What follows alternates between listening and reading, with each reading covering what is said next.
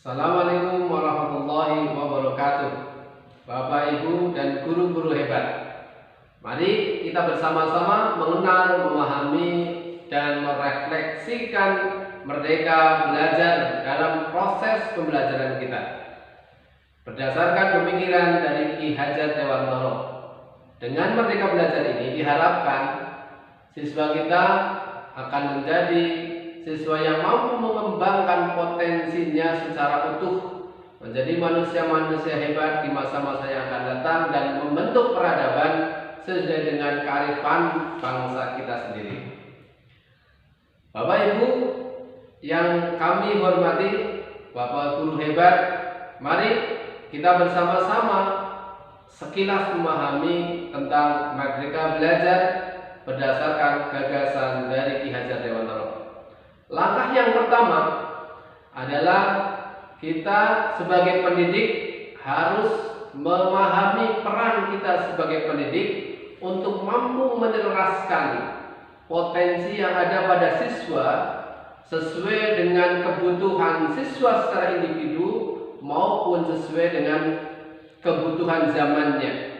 Karena zaman terus berkembang, zaman terus berubah, maka paradigma pendidikan kita pun, proses belajar pun harus berubah sesuai dengan kondisi anak dan kondisi zaman yang sesuai dengan era sekarang. Kemudian langkah yang kedua adalah mendidik menyeluruh sepanjang masa. Anak kita bukanlah seonggok daging yang tidak punya pikiran dan jiwa. Oleh karena itu kita tidak boleh dalam mendidik hanya terfokus kepada pengetahuan atau kognitif saja, sehingga akan menciptakan penghafal-penghafal yang tidak punya nurani atau tidak punya etika atau akhlakul karimah dalam kehidupannya.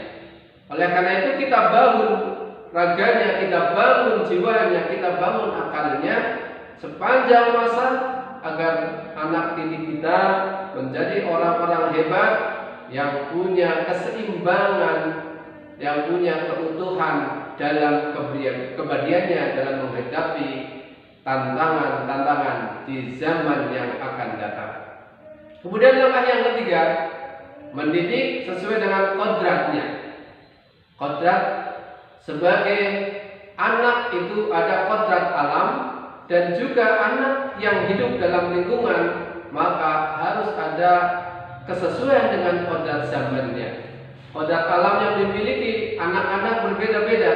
Oleh karena itu kita tinggal menegaskan atau kita tinggal membuat jelas, membuat nyata sesuatu yang remang-remang yang sudah ada pada siswa masing-masing.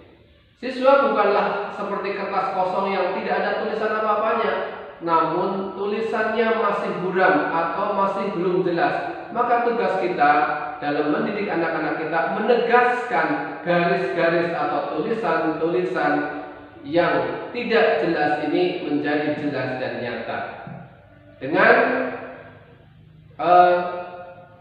prinsip trikon, yaitu continue, konvergen, dan konsentris. Yaitu continue dilaksanakan terus-menerus, kemudian konvergen terbuka dengan mengadopsi pemahaman-pemahaman, pengetahuan-pengetahuan dari luar atau bahkan dari luar negeri pun, namun tetap harus konsentris, yaitu memilah dan memilih sesuai dengan kebudayaan yang luhur pada negara kita tercinta Indonesia.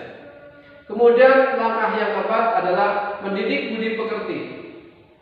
Ketika kita mendidik anak, kita harus juga mendidik menjadi manusia yang berbudi luhur, manusia yang punya akhlak yang baik, punya etika, sehingga akan malu ketika melakukan sebuah kesalahan atau tahu bahwa kesalahan itu tidak harus dilakukan atau minimal tidak suka melihat orang lain melakukan kesalahan-kesalahan itu.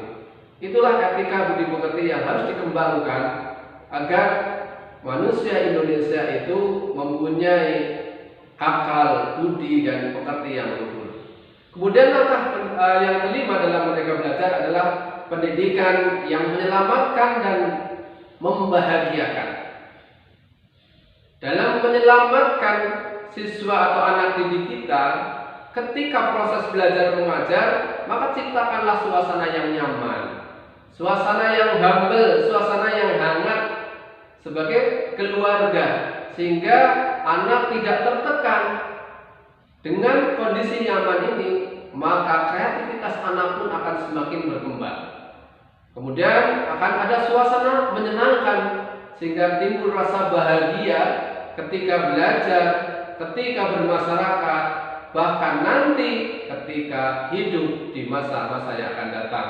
Karena tujuan pendidikan menurut Ki Hajar Dewantara adalah menyelamatkan dan membahagiakan peserta didik sehingga menjadi bagian dari bangsa yang selamat dan bahagia.